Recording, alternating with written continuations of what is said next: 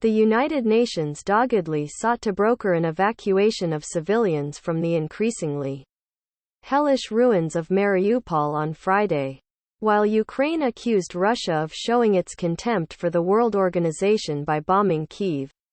When the UN leader was visiting the capital, the mayor of Mariupol said the situation inside the steel plant that has become the southern port, city's last stronghold, is dire, and citizens are begging to get saved.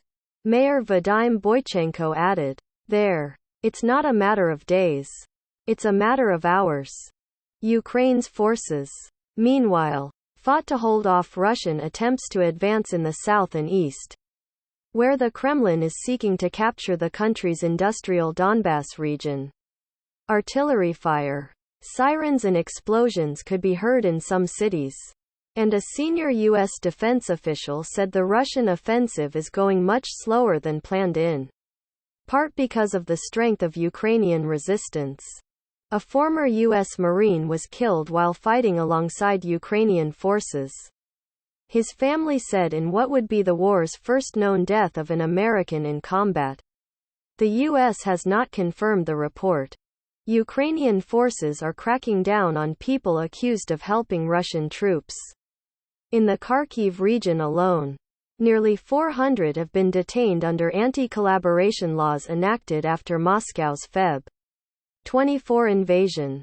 The international sanctions imposed on the Kremlin over the war are squeezing the country. The Russian central bank said Russia's economy is expected to contract by up to 10% this year, and the outlook is extremely uncertain. On Thursday, Moscow's forces launched a missile attack on a residential high-rise and another building in Kyiv, shattering weeks of relative calm in the capital following Russia's retreat from the region early this month. U.S.-funded broadcaster Radio Free Europe, Radio Liberty, said one of its journalists, Vera Heinrich, was killed in the bombardment. 10 people were wounded, one of them losing a leg, authorities said.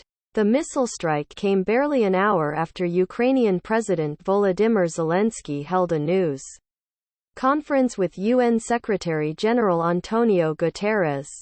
This says a lot about Russia's true attitude toward global institutions, about attempts of the Russian leadership to humiliate the UN and everything the organization represents, Zelensky said. Kyiv Mayor Vitaly Klitschko said the attack was Russian President Vladimir Putin's way of giving his middle finger to Guterres, in an apparent reference to the Kyiv bombing. Russia's military said it had destroyed production buildings at the Artem defense factory. The missile strike came just as life in Kyiv seemed to be getting back a little closer to normal, with cafes and other businesses starting to reopen and growing numbers of people going out to enjoy the arrival of spring. Volodymyr Fizenko, a Ukrainian political analyst and head of the Kyiv-based Penta Center think tank, said the attack carried a message. Russia is sending a clear signal about its intention to continue the war despite the international pressure. Getting a full picture of the unfolding battle in the east has been difficult because airstrikes and artillery barrages have made it extremely dangerous for reporters to move around. Both Ukraine and the Moscow-backed rebels fighting in the east also have introduced tight restrictions on reporting from the combat zone. But so far, Russia's troops and the separatist forces appear to have made only minor gains.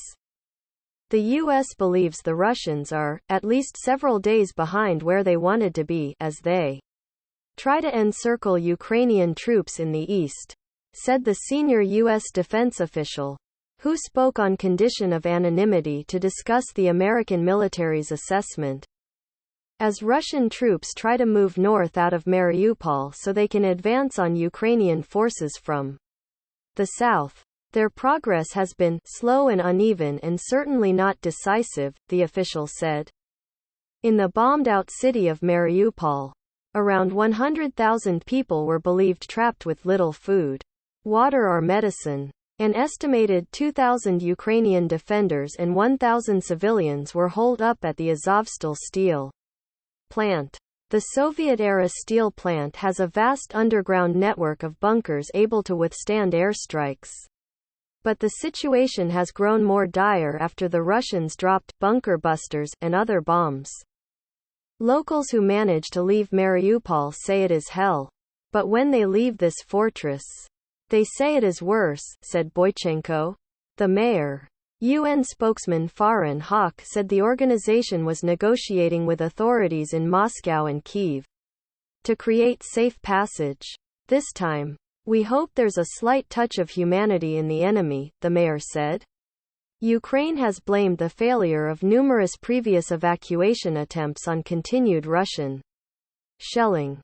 But Russian Foreign Minister Sergei Lavrov told Saudi-owned Al Arabiya TV that the real problem is that humanitarian corridors are being ignored by Ukrainian ultra-nationals. Moscow has repeatedly claimed right-wing Ukrainians are thwarting evacuation efforts and using civilians as human shields. Also Friday, 2 towns in central Ukraine's Dnipropetrovsk region were hit by Russian rockets.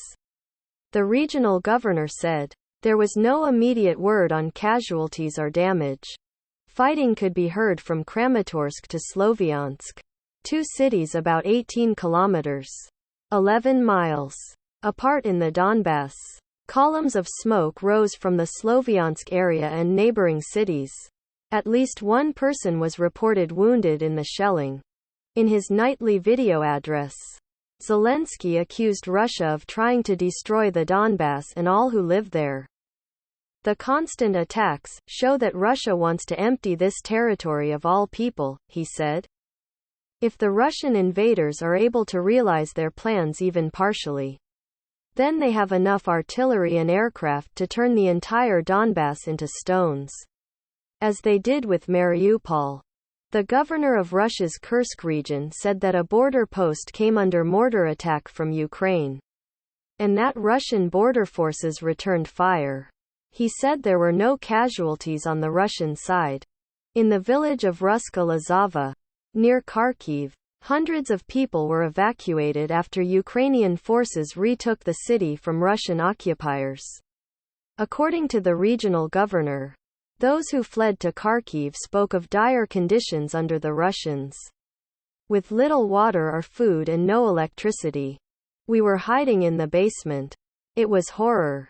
The basement was shaking from the explosions. We were screaming. We were crying and we were praying to God, said Ludmila Bocharnikova.